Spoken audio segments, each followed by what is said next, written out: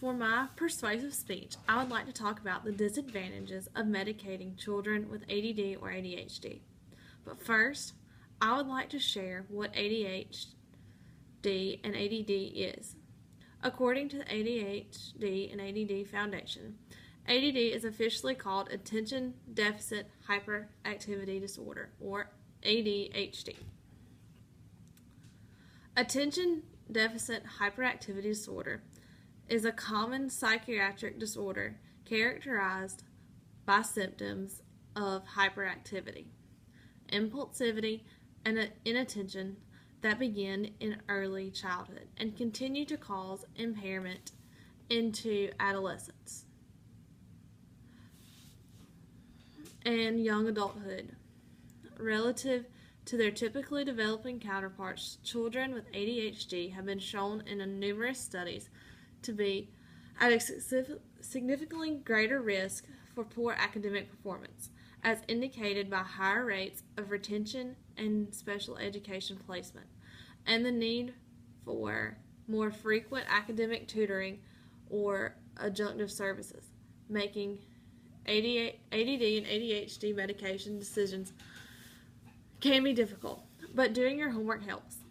The first thing to understand is exactly what the medications for ADD and ADHD can and can't do. The medicine may help improve the ability to concentrate, control impulses, plan ahead, and follow through with tasks. However, it isn't a magic pill that will fix all of your problems or all of your child's problems. Even when the medication is working, a child with ADD or ADHD might still struggle with forgetfulness, emotional problems, and even sometimes social awkwardness, or an adult with disorganization, distractibility, and relationship difficulties. That's why it's so important to also make lifestyle changes that include regular exercise, a healthy diet, and sufficient sleep. Medication doesn't cure ADD. It can relieve symptoms while it's being taken, but once medications stop, those symptoms come back. Also, ADD medication works better for some than for others. Some people experience dramatic improvement while others experience only modest gains.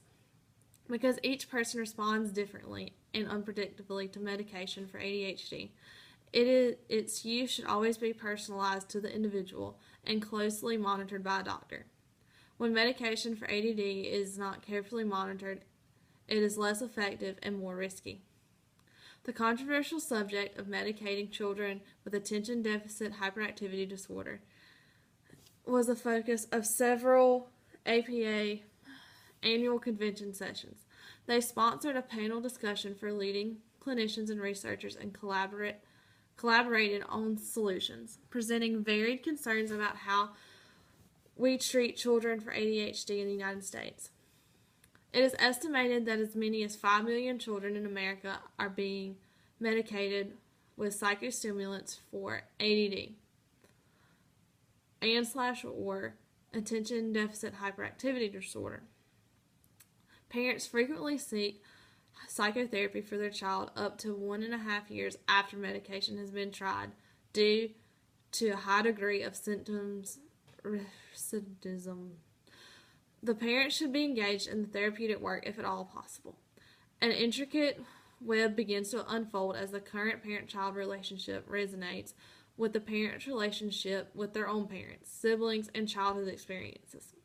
Working with the parents is essential if one is going to know anything about the cross-generational dynamics involved and if real helpful change is going to occur.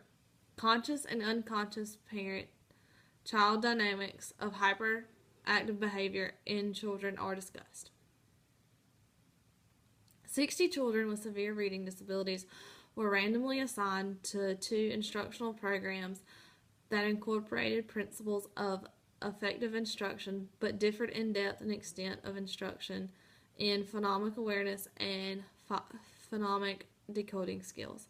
All children received 67.5 hours of one-to-one instruction in 2 50-minute sessions per day for 8 weeks.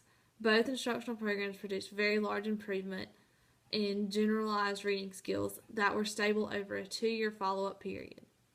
When compared to the growth in broad reading ability that the participants made during their previous 16 months in learning disabilities resource rooms, their growth during intervention produced effect sizes for 4.4 for one of the interventions and 3.9 for the other.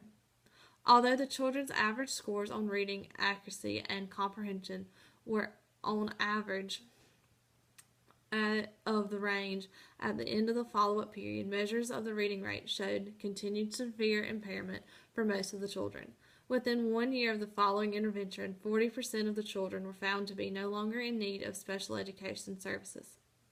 The two methods of instruction were not differently effective for children who entered the study with different levels of phonological ability, and the best overall predictors of long-term growth were resource room teacher ratings of attention/behavior, general verbal ability, and prior levels of component reading skills.